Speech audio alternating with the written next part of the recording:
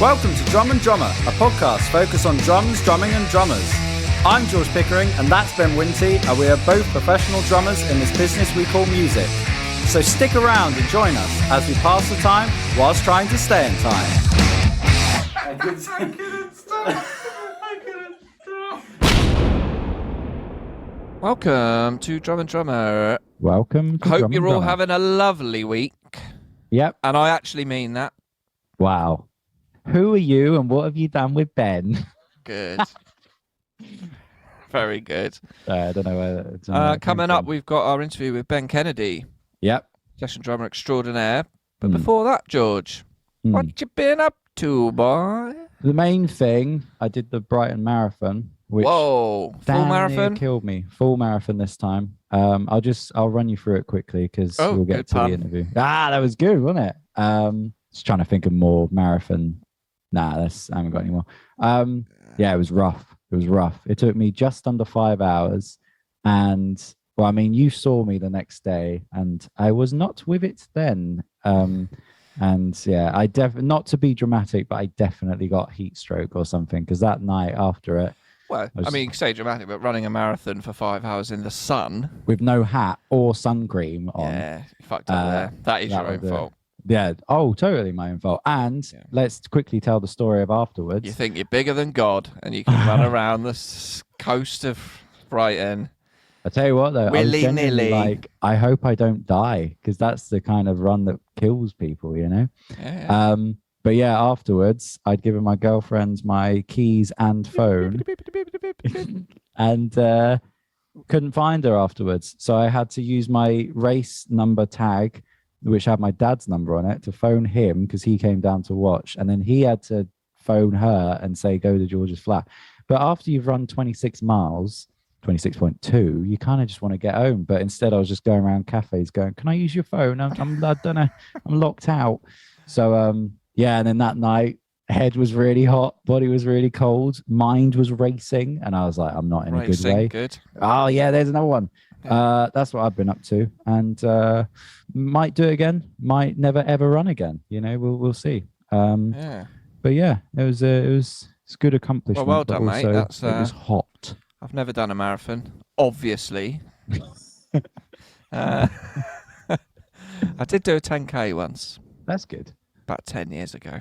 Anyway, well, that's good, mate. Yeah, Well cheers. done. What have you been up to? Well, it's all kicking off in the Lego world. Yeah. Yeah, a little Lego update for you, boy. Yeah. Obviously, we all know about Home Alone. Yes, But of yeah, I built that. I fucking love it. Anyway, Yeah. so a couple of weeks ago, the new DeLorean from Back to the Future was released. Nice. Now, worried that we might have another Home Alone situation on our hands. Yep. And I have to go to Brighton in the morning and get it. Yep. I was worried about this being out of stock because they did a small DeLorean years ago. Couldn't get it for love nor money. Anyway. Yeah. So this is a bigger one. Now, it's my birthday, not that far away. Yeah. And I was like, this would be a great birthday present. Yeah. So I got it, day of release, and it's in my cupboard at home waiting for my birthday.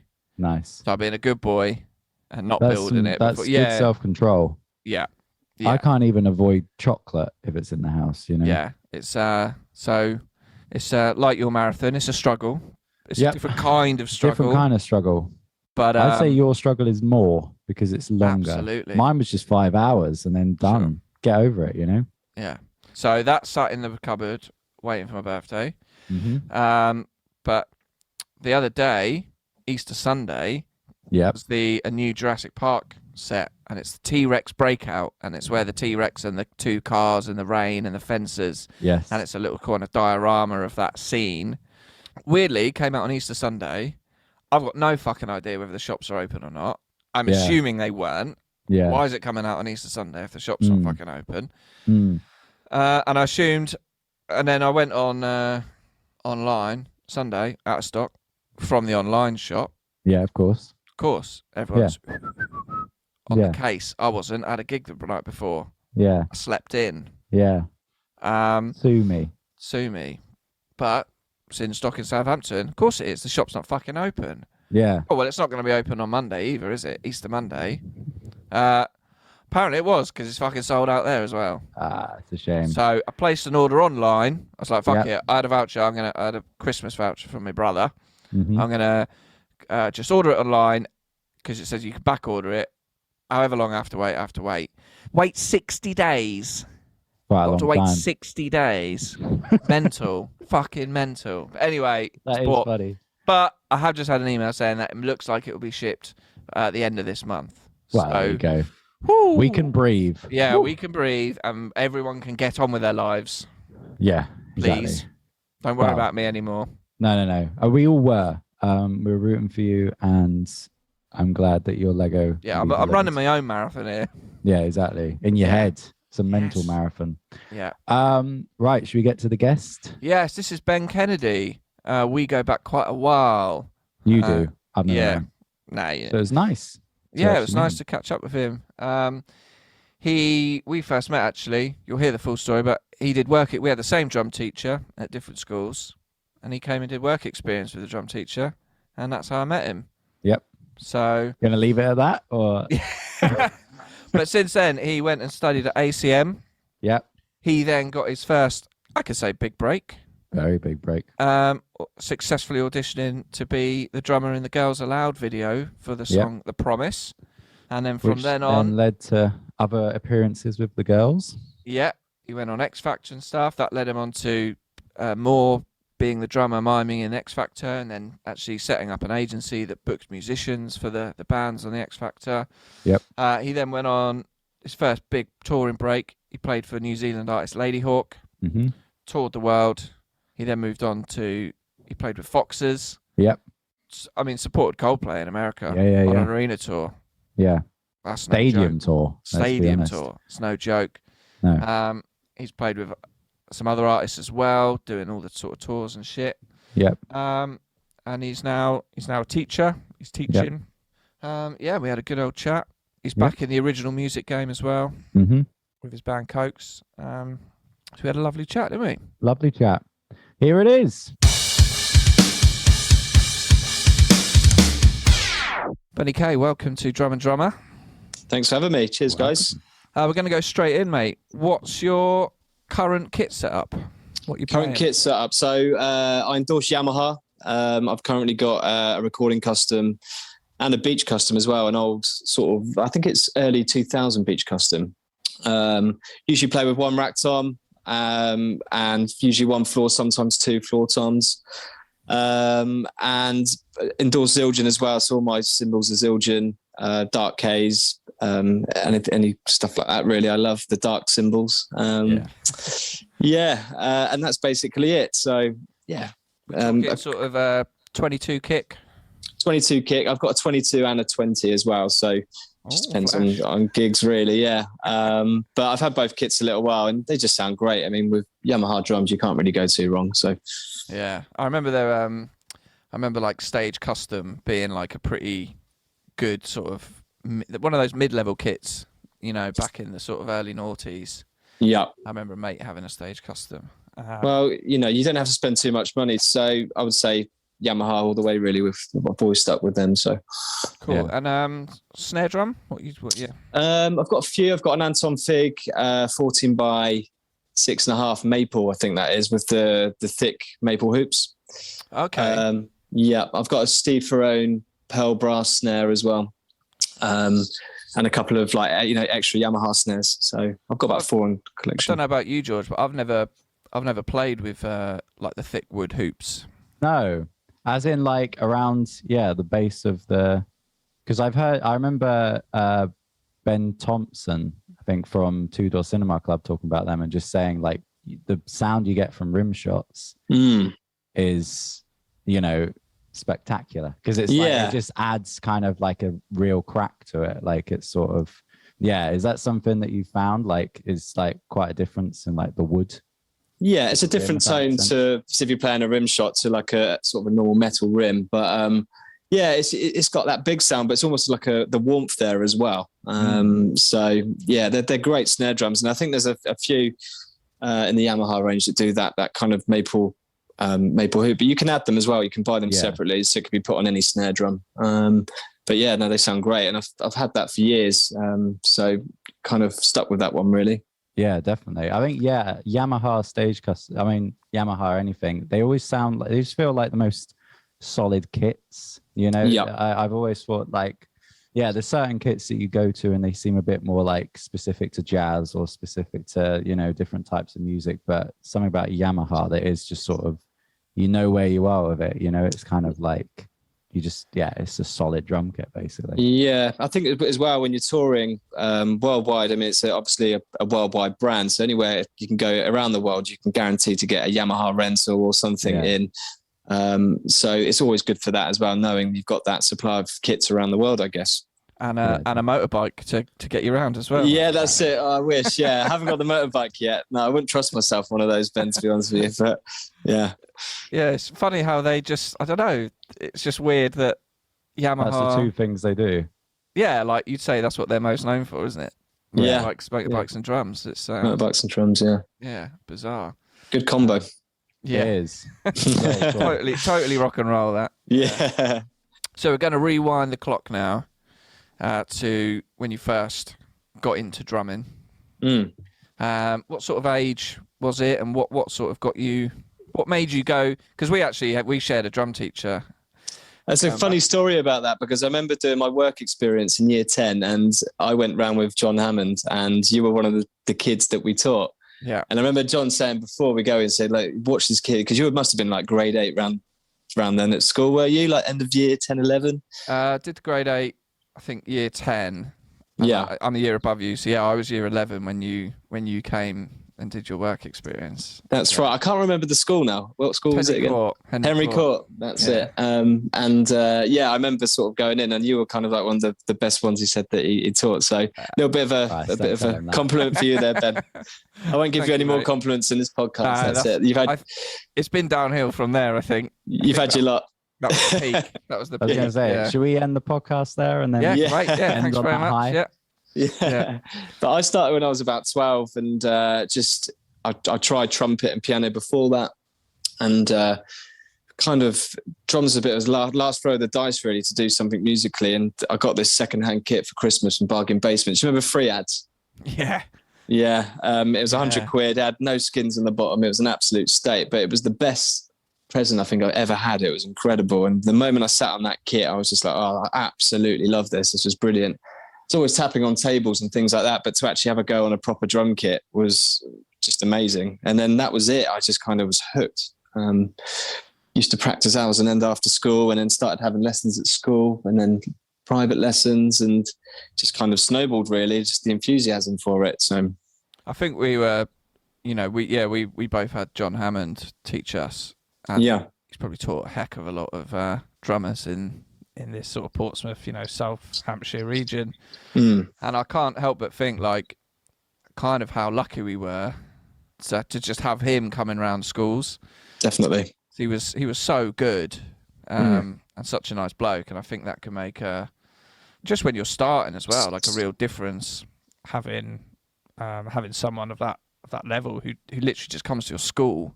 So I think, I don't know about you, but I felt very lucky to sort of have him at that age, for those first few years of lessons. Yeah. And he wasn't just a great player, was he? He was just an awesome teacher. Like, he would give you stuff that would make you work and you'd have to take back and practice. I should have done more practice, but, like the things that he gave you would challenge you. And I went on to have private lessons with him as well, and just built up my technique. And I think that's quite important. I mean, when I first started out, I think I spent a year self-taught and I got myself into quite a lot of bad habits. So for anyone listening, anyone starting out, I'd say get lessons with a decent teacher straight away. Yeah. Can you remember like what anything that you were doing wrong? Like nothing like major, but I mean, it was just things that he would pick out, and he would just get my left hand working. And just building up the general coordination, really. There was nothing major, but it was things that, a teacher would sort of put you on the right track with. It is amazing the bad habits you can have. Because I was self-taught for years, and then I had a few lessons when I was a teen, but it wasn't until I went to BIM, and I was taught by Pat Garvey, and it literally on the first day, he sort of adjusted the way I was holding the sticks, and I'd been holding them in such a fucked up way. It was like I break sticks and not know why, and it was probably because of that. And it was just those little tweaks, and you go, oh my god, I didn't realize that. And even just like, just better match grip and just things that make your technique and able to play quicker, and you don't think about it if you've never been taught it. And then so having a teacher like him or John Hammond is like massively important. Is John still around? Is he still teaching? Or I heard he retired. I went to see him. What is it, the Blue Lagoon in Southsea or Portsmouth Way? Yeah, I think so. Yeah, I went to see him. Well, it was about 2 or 3 years ago now, and he said he was just about to retire. So, but he still sounded great. I mean, he must be in his 60s now, but still sounded awesome. So it was good to see him. Yeah, I remember. I mean, this must have been sort of 8 years ago now, but just going to a restaurant that they often had jazz, in the corner in the evening, and sort of we were downstairs eating, and then walking out, just sort of catching eyes with him, and there he was on the kit, and it was what a legend. What a legend, yeah. So John did put me on to doing grades. We went quite swiftly through, and learnt a few, and then I only actually ended up doing grade 6 and grade 8 at school. Did John put you through the grade exams as well? He did. I think I did 5, 7, and 8 when I did it for the old Trinity Guildhall books. Where now it's all changed, isn't it? It's like proper contemporary pieces, rock and pop stuff. But I think back then it was solo pieces, wasn't it? We had to do, and obviously the rudiments we had to learn. So it's changed quite a bit, hasn't it? I'm liking the new syllabus now. It's obviously had to catch up with the times a little bit, didn't it? And I think like the new rock school and the what's the other one, Trinity, isn't it? It's much more realistic and fun, I think, now. So yeah. Did you find, obviously George, you guys both teach, obviously there's a some would say there's a benefit to doing the grades. Some say you don't necessarily need to do them. I think as a student, Ben, when you were growing up, did you enjoy doing them? Did you find them useful? I think so. I think it gets you in the mindset of practicing rudiments, something that can go sort of unnoticed if you're just sort of playing to yourself, or, it gives a structure, I think, which is important. And I think they're quite accurate in terms of the way they build up development-wise as well. But yeah, I think, the most important thing that comes out of those is learning your rudiments and building up your technique. I think that's the most important thing. I would say it's that feeling of accomplishment as well. I only did my grade 6, but there was a sort of, before that, you sort of go, well, I think I'm getting better, but I don't know, and then you do something that's like, oh, I've actually got a certificate now. Like, no, it sort of makes it feel more official.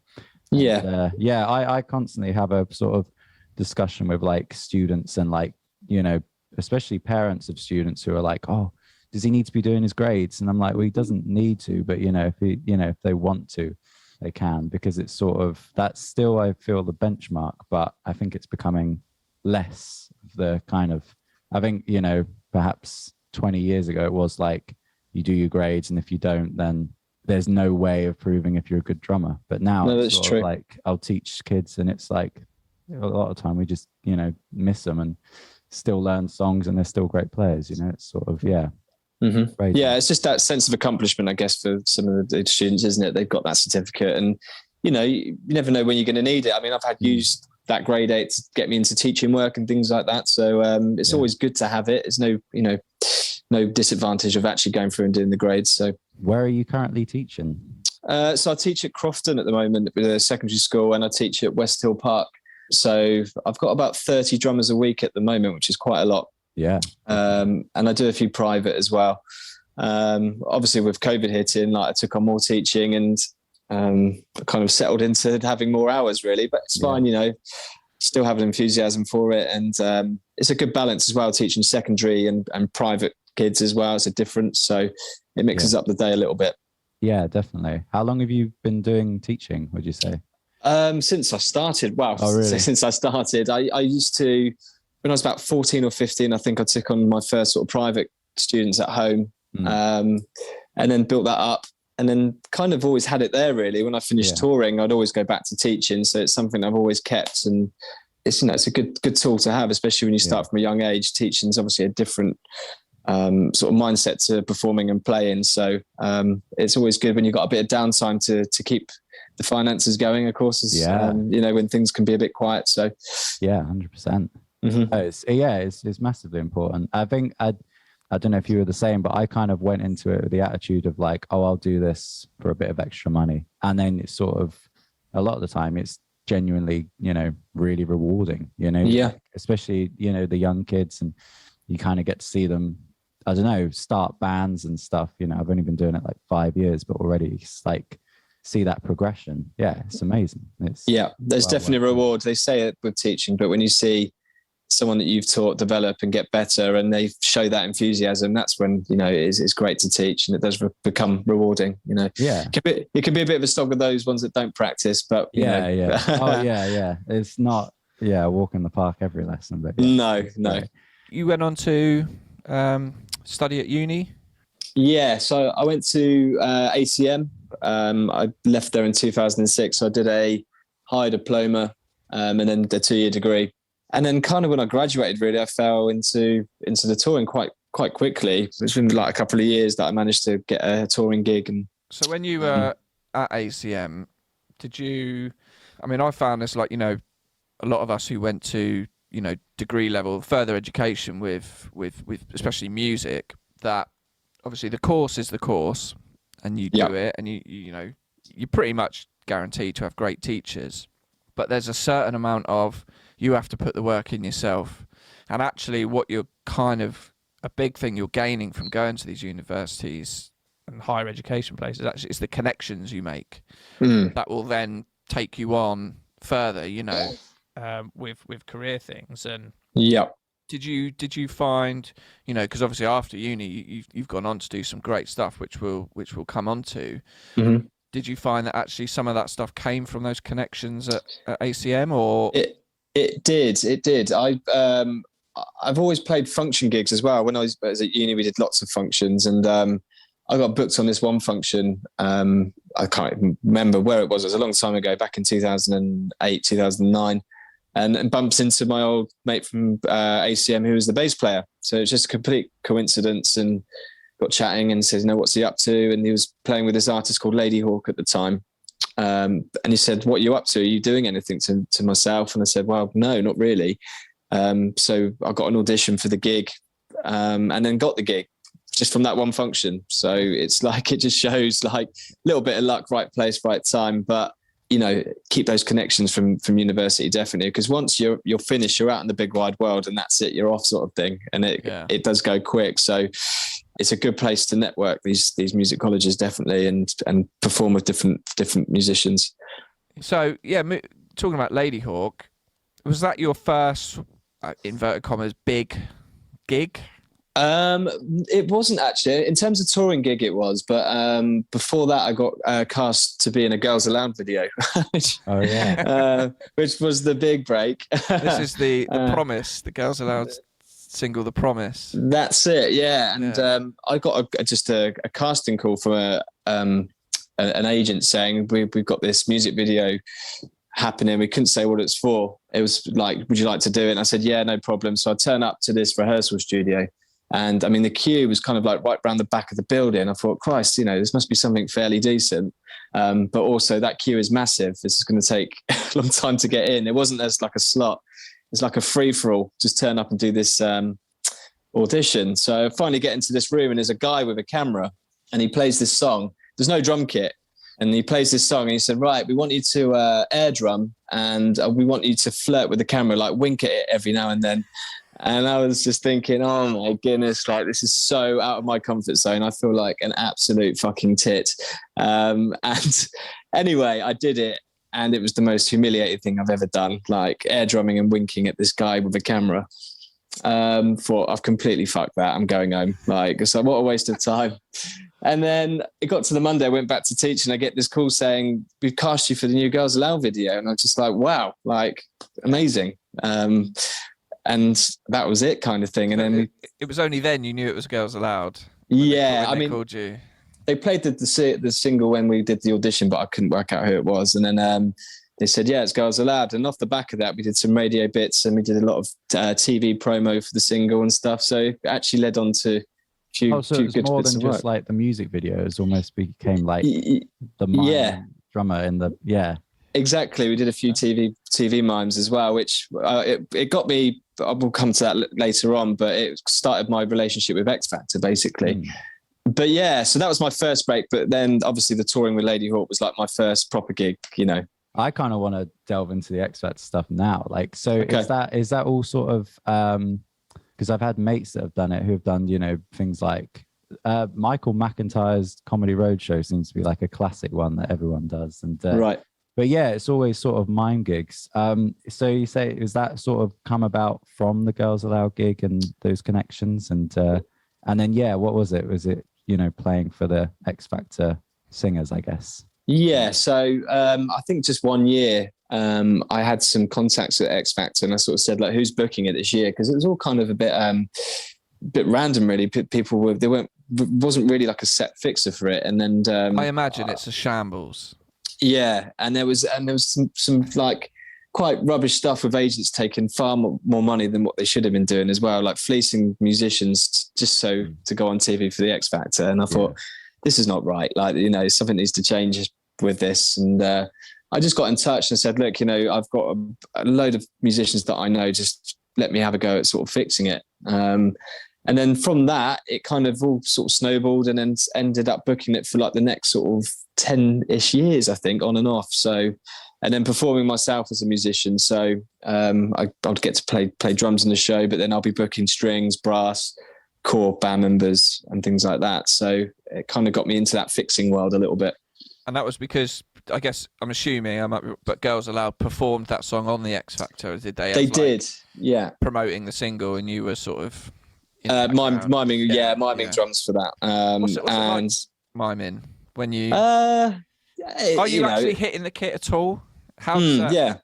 Yeah, you have to learn the song, otherwise it looks horrendous, especially with drums. But you're playing the kit, but there's like thick rubber pads on the heads and the cymbals are like usually two stuck on each other or just really thick plastic that make no sound. It's just like a donk when you hit them. But you know, you kind of have to learn the song, otherwise if it looks out of sync, it just looks horrendous, doesn't it? So so there's an art to miming and all that stuff. It's everyone would rather play live, I understand that, but with certain TV things, I guess that's the way it goes with the miming. It's just an easy turnaround and on tight schedules and things like that. So because you know, you always see it and you always can tell, like, I mean, there's probably some people who can't tell it's been. Well, that's the good thing, because my mates from school were like, well, I saw you on the X Factor. You sounded incredible. I was like, cheers, mate. Yeah, you know, yeah. It was really good. I'm really pleased how it went. Like, so I do blag it with some people that don't know. But yeah, well, that's fine. I think you got to take that whenever that comes along.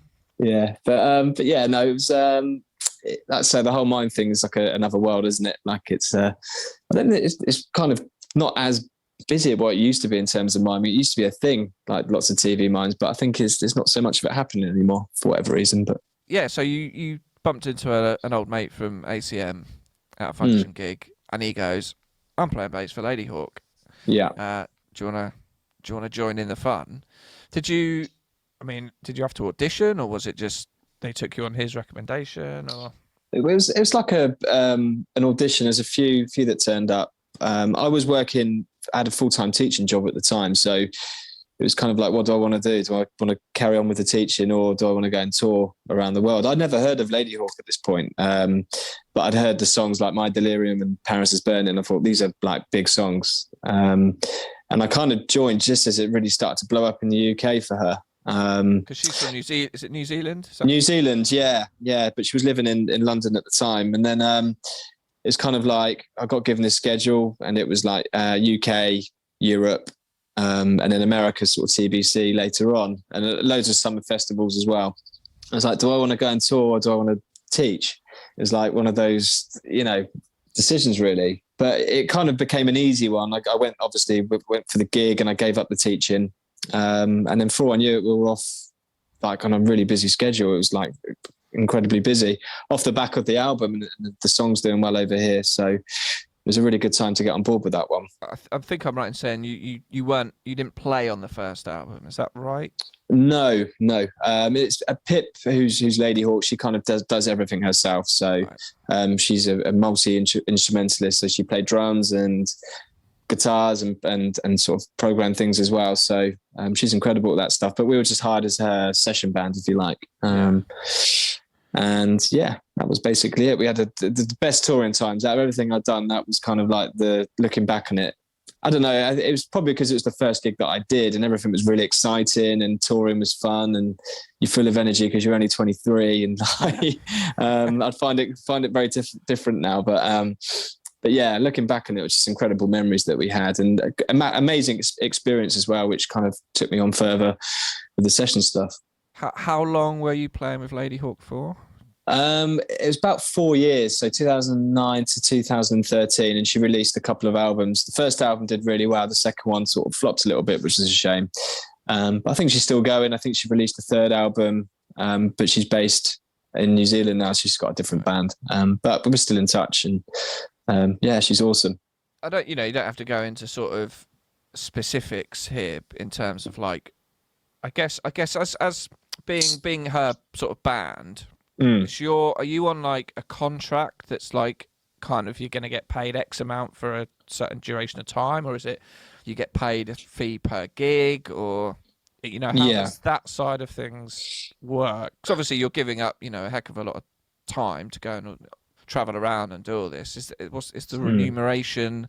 How does that work? Is it like per gig or yeah, it was per gig. We never had contracts, and I don't know many session bands that do have contracts, which it's another subject. I mean, I feel there should be something in place for hired musicians. But yeah, we're on a day rate, so we get a gig rate and then travel rate, which would be probably slightly less, and you get like a PD daily day rate as well for any touring. So it worked out pretty good.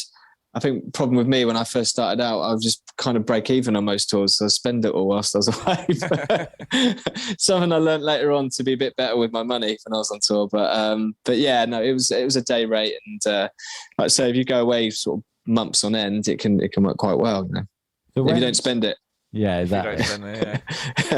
So when the Ladyhawke tour finished, was it like straight away onto another artist? Because I had to scroll through your Instagram, and it was sort of a bit, you have played for, Ladyhawke, FOXES. There's obviously there's a lot, and it's like, was it a jump straight from that into another tour, or was it like back to teaching for a bit? I kept teaching going in between. I was playing for like a rap artist called Michael Payne after Ladyhawke, so that was like an artist that I did a bit of touring with, and I was probably doing that for about 6 months, and then FOXES came along, and I jumped straight onto that. So there wasn't much gap in between the two artists. So was Michael Payne sort of because of Ladyhawke?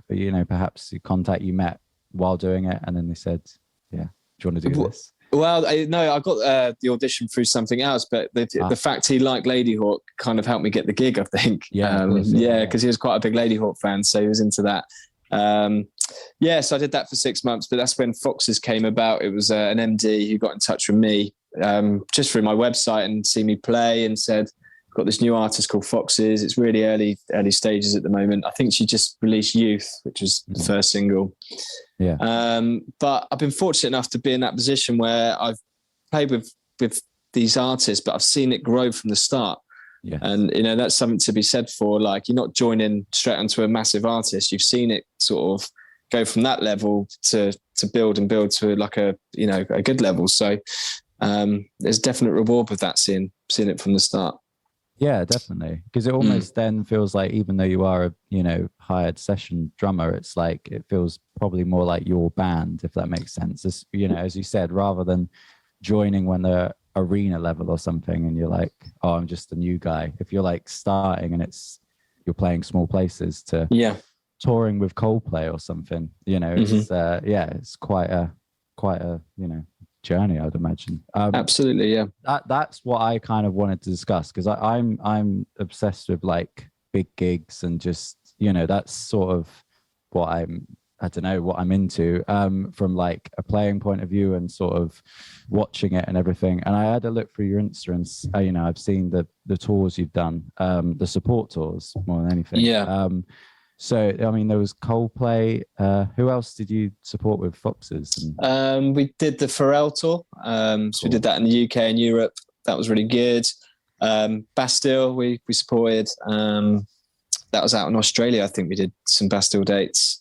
I can't think of who else we did now. I'm sure there's one other. I can't remember. But yeah, they were kind of the three sort of main ones anyway. So were they all, I mean, it's kind of a moronic question. What was the biggest place you played or biggest stadium, or like, was there one that you're just like, this is insane, you know, like, yeah, or did they all sort of blur into one?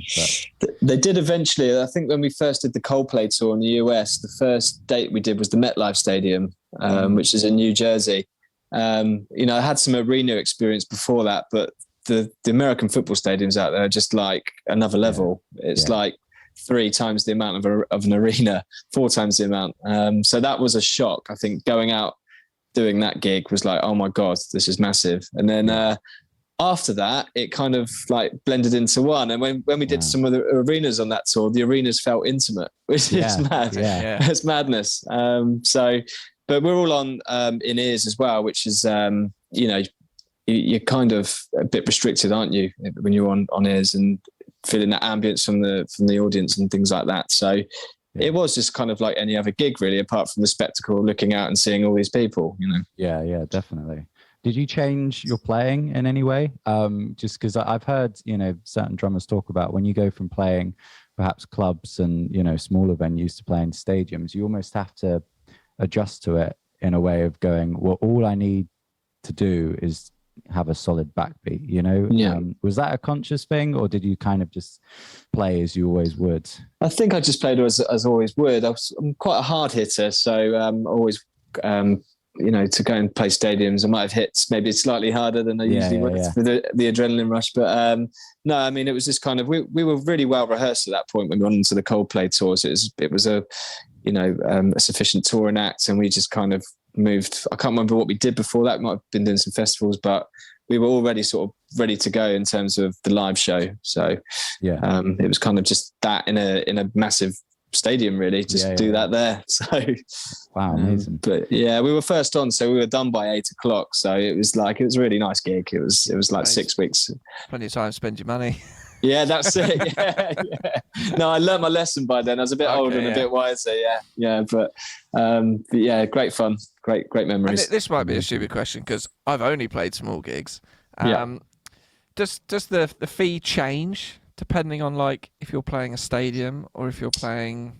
I guess it could do. I mean, you're essentially your own boss, aren't you? Like you're employed to be in the band, but that's something I guess you negotiate with the management or the artist, however you want to do it. Mainly, it should be the management, really. For that tour, we may have got a slight increase, but nothing different. And I think, you know, these artists to go and do support tours, it obviously costs money as well. So, you know, we were just happy to do it. And by that stage, we were on a fairly good day rate, so everyone was kind of happy to do it, really. But yeah, I think I'd be happy to do it. Yeah. You know what I mean? It was an amazing experience looking back on it. Yeah, it was incredible. But it's like, where'd you go from there now? Like, you know, you've done those big stadiums. Like, where do you take it?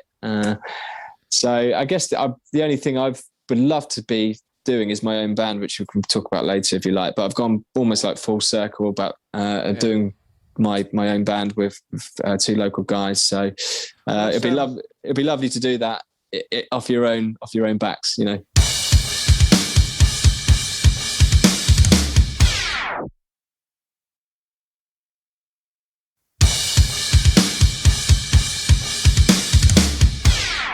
So you mentioned original music, and you're currently playing with a band called FOXES. Yep. How's that all going? It's good. We've took a bit of a break actually over the whole lockdown period, just for obvious reasons. And then Andy got back in touch with me and says, you know, what do you want to do about the whole FOXES thing? Andy's the singer, by the way. And I said, you know, I'll be keen to get things going again. So we started again at the start of this year, back into writing.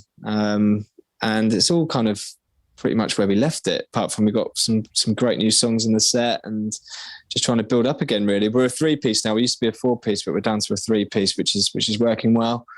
So yeah, I'm enjoying being part of an original project again, I guess, really. You know, aside when you're doing all the sort of that big chunk of your life that was touring with the artists, is at that point, is original music just something that's just not possible, not on the table? Or...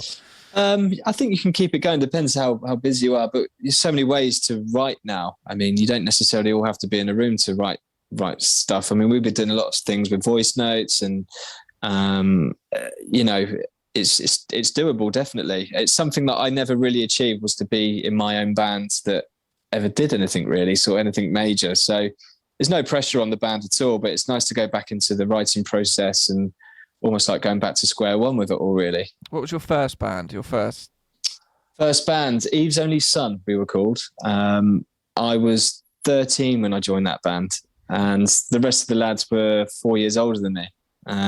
So Nick Lee, you know Nick, don't you? He was the guitarist. And then we had Andy on bass and Adam on vocals. But yeah, just, you know, I learned so much from that band, like in terms of, we used to go into a rehearsal room at like 6 o'clock in the evening and then come out at 3 o'clock in the morning the next day. We used to rehearse like every week. And that's where you kind of really learn your shit, really, you know, playing with bands and just learning your instrument. So massive fun, you know, going out and doing gigs at 15, 16, we're just like such a buzz. And then disappointed the band name's not horrendous. It's not bad, is it? Not bad. Yeah. It's not like a foregone conclusion sort of band name. Like, No. But yeah, we quite like the band, and we started off quite popping, and it went quite grungy. But yeah, we kind of, you know, did a little mini tour, and but I think, like I say, the most valuable thing I got from that was the experience of just playing in a band and rehearsing regularly hours on end. You know. Especially the age difference. If you were 13 and they're all 17, like that's quite a... Yeah, I used to get bullied a lot. Yeah. Not in a bad way. I mean, I'll get put in the bin every now and then and things like that. But I was a little 13-year-old as well. I was little and yappy.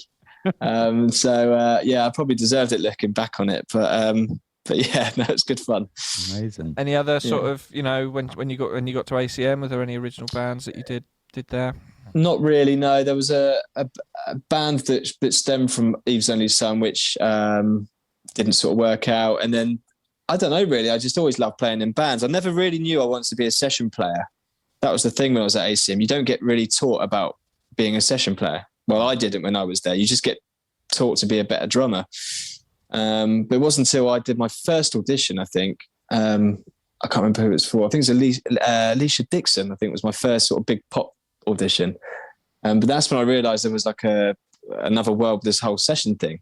So yeah, I kind of learned along the way really about that whole business. But it's quite interesting. How would you describe like a difference drumming wise, you know, in the session world to your original band? Because do you feel now you're in your own original band, you kind of can, I don't know, be more creative, especially if there's parts, you know, you're playing for FOXES or Ladyhawke and it's like, this is the drum part, that's what you play. Do you feel after, you know, years of doing that, now you can sort of be like, right, I can really make this drum part however I want it because, you know, this is my band now? Is there sort of like, it's nice to have that creative freedom again, I guess? Yeah, definitely. I think if I ever got parts to sort of replicate from artists, you know, I try and keep it as...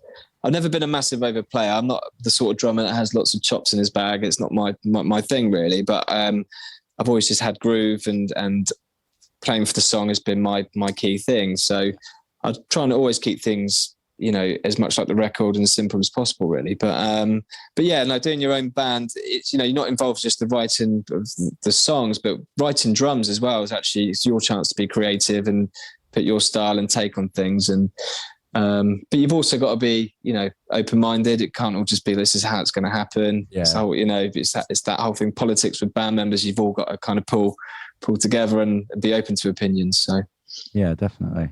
Yeah, but no, I'm enjoying that creative process again. I think it's got my sort of buzz again about sort of playing music. So yeah, you just need to all not be ill because yes, exactly. Been down the studio a couple of times recently and all had to sort of bin off early because one of you's been Yeah, Andy dropped first, didn't he? And then I was the next victim. Yeah. So that's what happens. That's what happens when you get old, isn't it? Just can't take it anymore. I know. Yeah. Do you think you've got a big world tour in you still, physically? Oh, I would like to think mentally, so. You know. Yeah. I could definitely do it for the right gig. I mean, I don't think I could do months on ends anymore. I think like I could do like a nice couple of week tour would be really good. But yeah, the thought of tour buses now, or when we used to do it with Ladyhawke. I mean, we went across America in a splitter van. So you imagine you're back at the end of those. We'd do a gig, and then you're in a splitter van for 8 hours to drive to a hotel to get 3 hours sleep, and you're back in the van again for another 10 hours. It's just madness what we did. I don't think I could take that type of touring anymore, but I've lucky enough to do tour buses across America. But I mean, thinking back on it, doing splitter vans and things like that, oh my goodness, like yeah. Well, I was going to say that's what's fascinating about touring, because it's sort of, when you look at bands touring, you go, that's the dream. And I didn't mention it to him last week when we had him on, but the Bury Tomorrow drummer, I remember they came back from a tour and they played, massive festivals and sold out shows, and I was like, how was it? And they were like, oh, it was shit, the aircon didn't work in the van. Like, that was their memory of the tour, and it was like, because you forget, it's like there's the good shows, but then there's the other 23 hours where you're like in a splitter van, trying to get across America, and it's like, so I totally get what you mean of like, it'd have to be the right gig. Yeah, but going back to that, in terms of all that downtime you have, I think like any advice I give to people trying to get into the session thing, you've got to be a good player, obviously, but you've also got to be likable. Yeah. But you imagine spending all that time with an absolute fucking dickhead. Like, it's, they probably think that about me. I mean, but it's true. I mean, it's like, it's one of the things that will spread about your reputation is, if you feel likable, you can get on with people, and it's a really important thing to have as a musician, You mentioned, playing with supporting Coldplay in the MetLife Arena, was it? Stadium? MetLife Stadium, yeah. Was a particular highlight of your touring days. What's the lowest? What was the any times where you were like, fuck man, I want to stop doing this, like any just horror gigs or anything just go wrong with the kit or? To be honest, there's nothing that really stood out that made me go, I'm done with this. I think like towards the end of the tour, I've been like, I'm really missing sort of some normality now. Because it is like a different world when you're touring. You almost get taken out of real life situations. So it's quite hard to adjust, especially when you've been away a long time, to get back into normality again, really. Because it's quite hectic touring. It's quite busy. And then when you get back to nothing and it's dead, nothing's going on, it can be a bit of a culture shock, I think. Struggle with that a little bit, but I've never had any sort of horrific horror stories apart from I ripped off a toenail of a keyboard player once, which was pretty horrendous. Right. So yeah, he's a Portsmouth guy actually. His name's Steve Weston, and he was the keys player in Ladyhawke, and we were waiting in the lobby. It was like in the summer, so he had his flip-flops on, and I went to pull my suitcase up, and as I pulled it, it must have got straight underneath his big toenail. Ooh. And it's horrendous. Like, just imagine seeing it. I mean, there was blood like everywhere. I mean, I felt so bad. He had to go to he was in hospital for about 5 days, I think. So Steve, if you ever get to listen to this podcast, I'm still sorry about that story. His toenail grew back. It was fine in the end, but I still think he hates me a little bit for that story. Wow. But yeah, that was probably the tour story that wasn't very nice for him. But if that's the worst it's ever got, that's pretty good. It's not too bad, yeah. No, I'd say it was. So talking about missing things, and I always say, so when I did a contract abroad in Mallorca for like 7 months, and it was just hot every day, as you'd imagine, but it kind of gets a bit relentless. And what I began to miss was a rainy evening watching my team having a Waterlooville play football, and that was it. And it was so weird. It was like, that was my thing I missed. I was like, God, I'd give anything for like a rainy English evening, after just being in like one place. And like the things I missed about home were just things that you wouldn't even think about, like the I don't know, cheese, like normal English cheddar. Yeah. You know what I mean? Like there's just things like that. But it's like, but when you're away from home for that long, it's amazing. So yeah, when you were doing these big tours, because obviously, you know, from the outside it does look amazing, but yeah, you do start to miss things. Was there anything, you know, that you missed? Like what were the things that you're like, I can't wait to get back to Portsmouth? Yeah. It was just normal home comforts. I'm quite a home bird, really. I do like being at home. And so for me to be away was, yeah, sometimes a bit of a challenge. I mean, the longest tour I ever did was probably about 2 months. Right. So it wasn't a massive amount of time, but still long enough for you to kind of, you know, start to feel a bit homesick. But yeah, it's kind of fun, really. But yeah, I'm a massive Pompey fan, so I do miss little things like going to watch the football or, I've got a daughter now as well. She's just turned 4, so I think if I ever went away again, it would be quite difficult. But yeah, you know, you kind of get on with it. Then it could be worse things you could be doing. You know. Yeah. So you have to take it into consideration.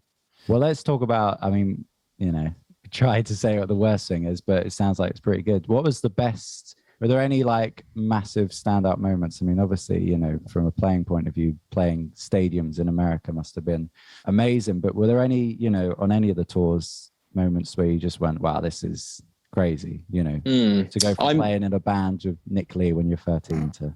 And that's not a slight on Nick, but moved on. He went bigger and better. Please don't take my gigs. I think, what was it? I mean, the Coldplay thing was probably my biggest highlight, but that first day I got to meet Michael J. Fox, which was like, I've never been starstruck in my life, but I was like, oh my God, I'm pretty starstruck right now. But that was really cool. That was amazing. Do you get much interaction with, you know, so you're on tour opening up for Coldplay? Yeah. I guess it obviously depends on them as the headliner as people, but do you get much interaction with them, or is it pretty separate? They were so cool. I mean, they just made us feel so welcome. And after, not every show, but every now and then they'll say, come back to our hotel and we'll go and have drinks with them. Amazing. And the keys player on the FOXES gig, he's actually a magician as well. So he's like a training magician. And he did some magic on Chris Martin. And Chris was so blown away by the magic that he got him to open the Coldplay show with magic. With his magic, and Chris introduced him, brought him out onto this arena in America, and he gave him a 20-minute set of magic. I mean, that just kind of summarizes the sort of people they are. Just really welcoming. They just want to give people opportunities, and they just really looked after us. Just lovely. Like, you know, there was no egos or anything like that. They were just really welcoming, and that's what you want when you're on tour and you're a guest. So that's amazing. You got to be so comfortable as a band playing stadiums to go, do you know what? Let's start it with a magician for 20 minutes. So I mean, I got to ask, what kind of stuff did he do? Like, pack of cards or? He's like an illusionist. So it's card tricks. I can't remember the tricks that he did, but I mean, he got a great response. And of course, for him, he had all this promo of him doing magic with Chris Martin, walking him out onto this. And he went on to do other things. I mean, he's still a magician now, but he, I think he got to the final Britain's Got Talent one year. So that's a pretty cool story. But I've got to stay on this for a bit because that's amazing. That's all right. So was this like, say it's 9 p.m, lights go down, people are expecting Coldplay, and then a magician walks on, or was it? Yeah, pretty much. Yeah, just one random show. I can't remember where it was, but I mean, his name's Sam, the keys player. He was like, oh my God, I'm so nervous. We didn't see him like 24 hours before he was going to do it. I think he locked himself in his room, like just making sure he got it right. But yeah, he could get out even if he didn't have the key. Yeah, exactly. Yeah. But yeah, he absolutely smashed it. It was like, it's great. Great story. Definitely. Yeah.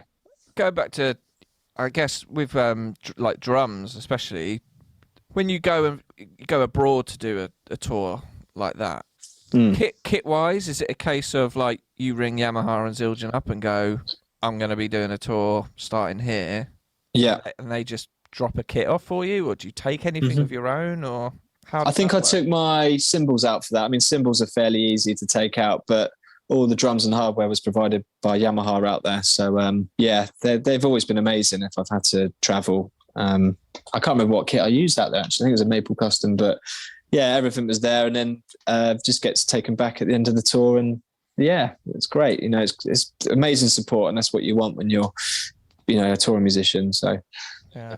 Did those endorsements come about after Ladyhawke, or was it, at what point did the Zildjian one come? The Zildjian one was Ladyhawke. So there used to be the head of artist relations, a lady called Tina Clark, who saw me play with Ladyhawke at V Festival, I think it was. And she got in touch with me and said, look, have you got a cymbal deal at the moment? I was playing Zildjian at the time anyway. And I said, no. And she said, look, we'd love to have you on our roster. And that's just before we went out to do an American tour. And then I got to my hotel room in Atlanta, and across my bed was like this massive collection of Zildjian cymbals that she had sent me. Wow. And, you know, like I say, as a 23-year-old kid, I was just like, oh my God, this is absolutely amazing. Like my first tour of America, but then to get greeted by all these amazing Zildjian K cymbals, it's like, oh, what an amazing thing. And awesome. they've just been really great as well. I mean, like, you know, if a cymbal breaks, you can take it back and they'll replace them. And, yeah, you know, really good company to have. I mean, cymbals are expensive now. They really are, especially if you get the top end stuff. So if one does crack, you know, to know you've got that support from them is brilliant. So yeah, definitely. Did you ever go to the big Zildjian cymbal warehouse, which Jacko from Bury Tomorrow talks about? The Vault. I did. Yeah. So it used to be in a place called Cato, which is Wandsworth, but I don't think that's there anymore. So it's now at SW19, which is a rehearsal studio in Wimbledon. But I went there recently to get some new cymbals. And yeah, it's just like cymbal heaven. Like you've just never seen so many cymbals. It's just mad. Like, yeah, just choice of everything really. It's like, kid in a sweet shop still. That's still exciting. Love that. So yeah, I've always used Zildjian. I'd like to say they're always great. So well, we should get Tina on the podcast. Well, she's not there anymore. So Tina now works for a British drum company. She's artist relations there. Okay, well, but come on, and I'm sure she would. Yeah, she's a great lady. So I'm sure she'll be up for doing that. Yeah, and then go and see the Zildjian Vault, please. Absolutely. Yeah, that'd be nice. Great man. And just to finish up, who's your favourite delivery company? Favorite delivery company? Oh, I've got to say Amazon. Love Amazon. Okay. Yeah. Okay. Yeah. Click of a button, it's there. So yeah. Yeah. That's Amazon a good way on the of way. thinking about it, because you've gone from like the ordering the stuff, you know. Yeah, different. You know, Different a common choice is DPD. Yeah. They seem to be quite highly rated, but obviously, Amazon, it's an all-in-one, isn't it? Exactly. Yeah. Okay. Big fan of Amazon. Yeah. There you go. There we go. So, Cokes, what's the plans for the immediate future? Any shows coming up or any recording coming up? We've got a new single coming out. We haven't got the date announced yet, but it's all recorded. We're just waiting for the master to come back from that. So I think we've got a video shoot happening over the next couple of months, and a couple of festivals as well. I think that is at TBC. So I can't remember which ones, but there's a few in the pipeline. So yeah, I'm looking forward to that and trying to progress things, I guess. So sweet. Well, we'll definitely give a shout out when that when the single comes out. Brilliant. Yeah. Thank you. Thanks for chatting to us, Ben. No worries. No, it's been a pleasure. Great to chat to you guys. Thanks for having me. No worries. We'll see you soon. Cheers. Bye. Outro time. It's the outro time. It's the outro time. Outro time. It's the outro time. Oh, I was so close to start rapping, but I can't rap. No. He can rap, but he can't rap. That was our chat with Benny K. Ben Kennedy. Yeah. I was going to say that line from Peep Show. Don't you remember the rules? You don't rap. After Norwich, you never rap, Jez. Or whatever it is. Yes, sorry. Benny K. Very, really interesting stuff actually about doing those tours and as you can probably tell from the interview, my favorite bit was the Coldplay magician part. I can't wrap my head around, like, if you think about a band to play a stadium, it's such a big event for the band, but then to be so used to it that they bring a magician on stage for 20 minutes. But aside from that, his career, he's done a bit of everything. It's great. Definitely in that, in that sort of session world, isn't it? Yeah, It's just definitely. where a lot of drummers want to be. So, good advice in there. Yeah. Oh, you know what it is? Is it time? Yeah, here we go.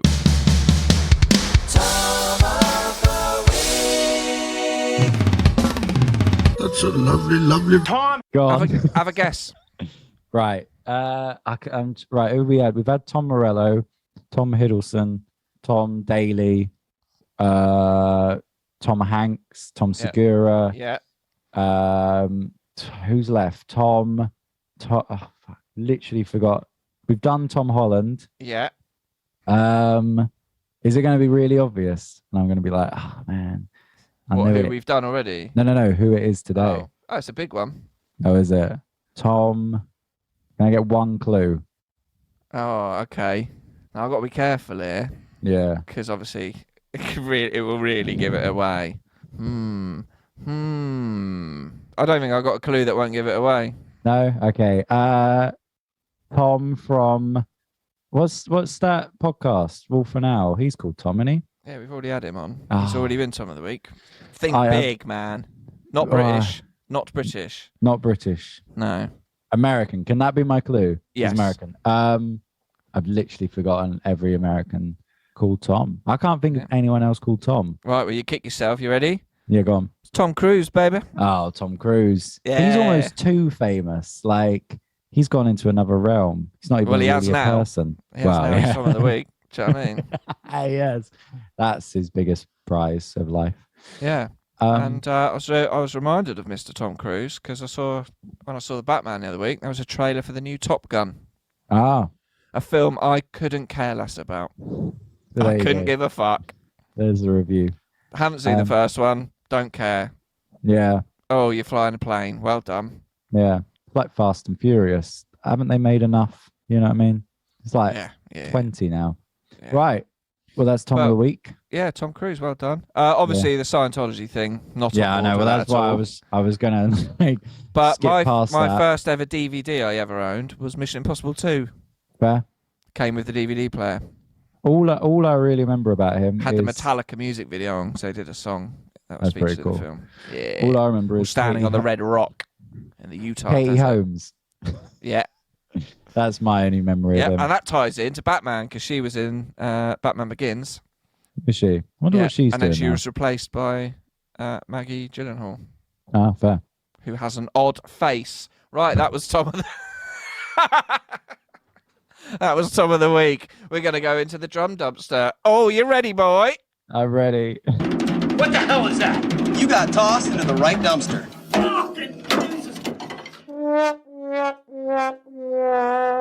So this is it's the Drumeo Quiet Kick. Yeah. You seen this little bad boy before? No, I haven't. So What is it? Can you tell me what it is? I've very briefly looked at it. right, it is a little thing for practicing your bass drum Yep. foot. All right. Yeah. I'm on their website. Never skip leg day. Drummers Yeah. are notorious for it. You focus on developing fast hands, but your feet remain slow and inconsistent. And who can blame you? Yeah. It's basically this little thing. You clamp your kick drum pedal onto it. Yep. And you then use their beater, but you put it in the other way round. Yeah. So the beater actually hits downwards. Yep. And it basically hits this little pad.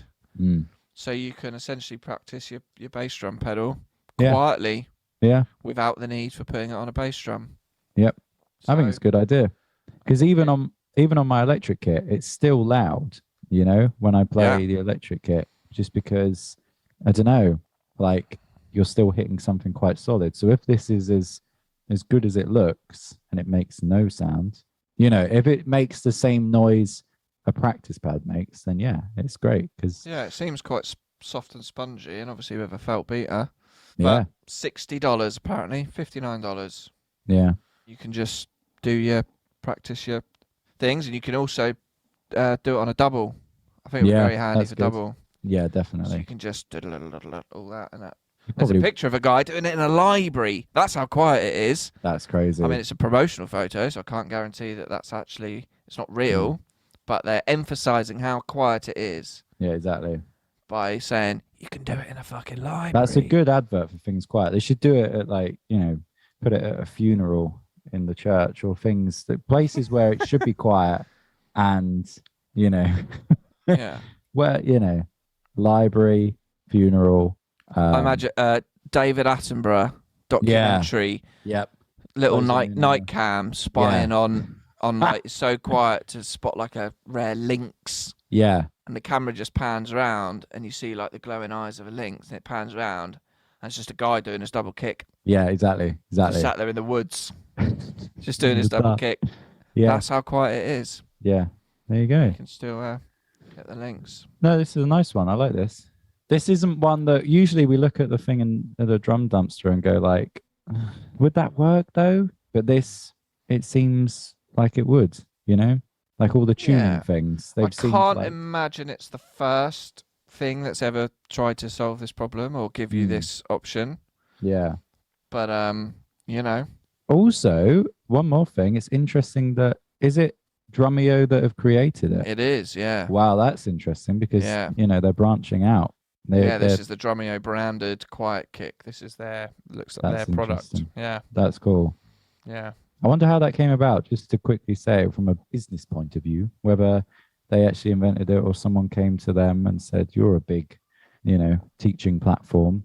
Do you want to develop It's annoying because the the Drummer quiet kick was meant to come out next year. I know. They beat us to it. Exactly. Anyway, I got some inventions that could be Drummer branded. Well, that's all we got time for this week. No, go on. Right, it's the wok pan. It's the SieveWok. All right. Is this going to be a new thing? It seems like we finished the episodes and then you start telling us about beans basically, on toast. right, you're cooking your food. Say you're cooking up mince in a wok. Yeah. Or chicken in a wok, some sort of meat in a wok. Yeah. And then you get that horrible runoff mixture of oil and water that you want to get rid of. Yeah. Right. Obviously, you shouldn't really put it down the sink, but let's face it, we all do. Yeah. And you've got to spoon it out, ain't you? Because you don't want all that gumph in your meal, do you? Yeah. All that shit, oats and shit. Yeah. Right. So, what this is? So you got to go over the sink, and then you got to like spoon it out, and then you get drips. This is a little like ice cream. Imagine an ice cream scoop trigger on the handle of the wok. Yeah. Right, and there's a little section where the wok curves. Right, that's got holes in it, but with like a cover on it. You push the little ice cream scoop trigger, and that little panel just slides out the way, revealing a small, 2x2 centimeter, essentially like a little colander section. Yeah. And then you can just drain out the shit through that. Yeah. Let go of the trigger, closes it back up again. Keep on cooking. That makes sense. I don't know where to begin with questions for this. Where does it go? It's kept in a little pouch, a little oil. No, it's part pouch. of the wok. It's part of the wok. No, you do it. Yeah, you do it, and this little panel moves. So you got the wok. Yeah. Right, and there's a little section around where it curves, which is perforated with several holes. Right. Oh, okay. On the underside is a panel that sort of covers those holes. Yeah. But by initiating the trigger system on the handle, right, got you. like it moves out the way. Got you. And then you just drain that. Right. Opens that up. You can then drain through a tiny little 2x2 colander section. Yep. Into the sink or whatever, into a Tupperware where you can throw the fat away. Let go, and it just covers it back up. Okay. Good. It is good. Well, my main worry is, what if you're cooking, you accidentally press the thing, and then all your chicken just drops into the. Well, this is a sieve, so you don't lose your chicken. It's a sieve. It only lets liquid through. Oh, sorry. Okay, the oil. What if the oil comes through? How easy would it be to accidentally press the? Tricky. Really? Yeah. I reckon it'd have to be really tricky, like a password code or something, or like a bike lock thing, and then you have to rearrange the numbers. No, it's just it's down the bottom of the handle towards the thing, so you're not holding it when you're holding it, and it's like an ice cream scoop. You really got to push the thing. If it's down the bottom, would it get too hot though? Would that? It's made of plastic. Was it just melt then? Surely, no. Well, I've got plastic utensils that don't melt. Yeah, I know, but if you got something that's plastic right next to it's a sort of plastic that's resistant to that temperature. Amazing. What kind of Imagine plastic talking like is that on Dragon's Den. It's resistant to that temperature. Come Yeah. on, Duncan. Yeah. I Yeah. have to say I'm out. Cool. I'm Duncan Bannatyne and I'm out. That was quite Anyway. good, actually. Yeah. That or the fajita tray, but we'll save that. Please. No, I was going to say I quite like this part of the podcast. It feels like we've ended because we've done the 2 parts that we end with. And then bam, I whip out an absolute killer invention. And but it's always food related. That's copyrighted. So you can't nick that. No. I own that. Oh, damn. What a shame. I used to just pour it into a bowl, the oil, and let it solidify. And then you've got a fat ice lolly. Yeah.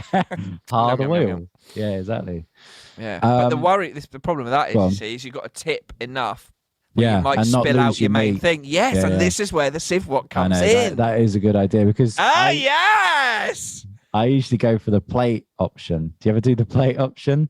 Where you just put a plate over the frying pan and then it's not, nothing falls out. Or the But even lid, then, the lid of the the saucepan. lid, Yeah. I never use the lid. Who uses lids? And this is where the SieveWok comes in. You don't need to Exactly. do any of that. You just No. over the sink or over your little tub, boop, push the handle.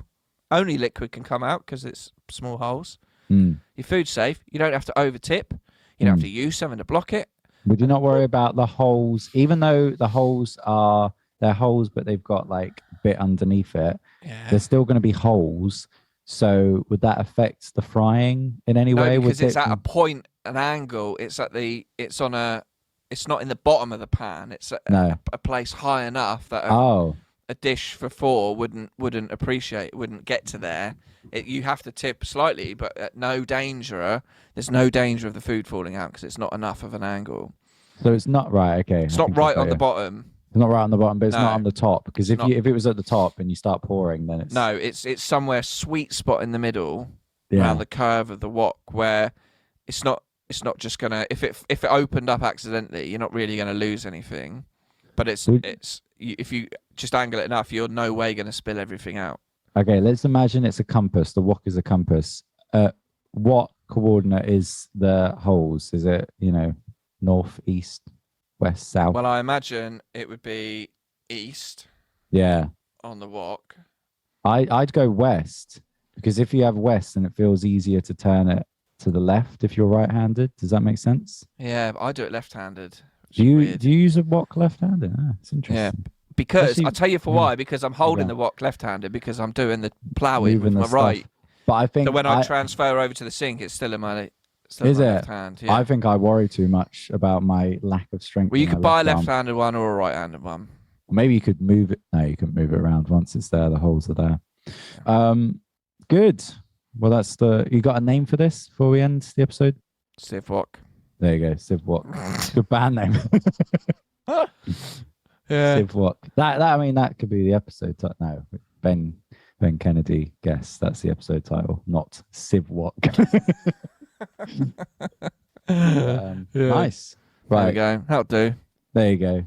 Thanks for listening if you made it this far. Yeah. See you next time. Bye. Bye. I can't wait. Thank you for listening to Drum and Drummer.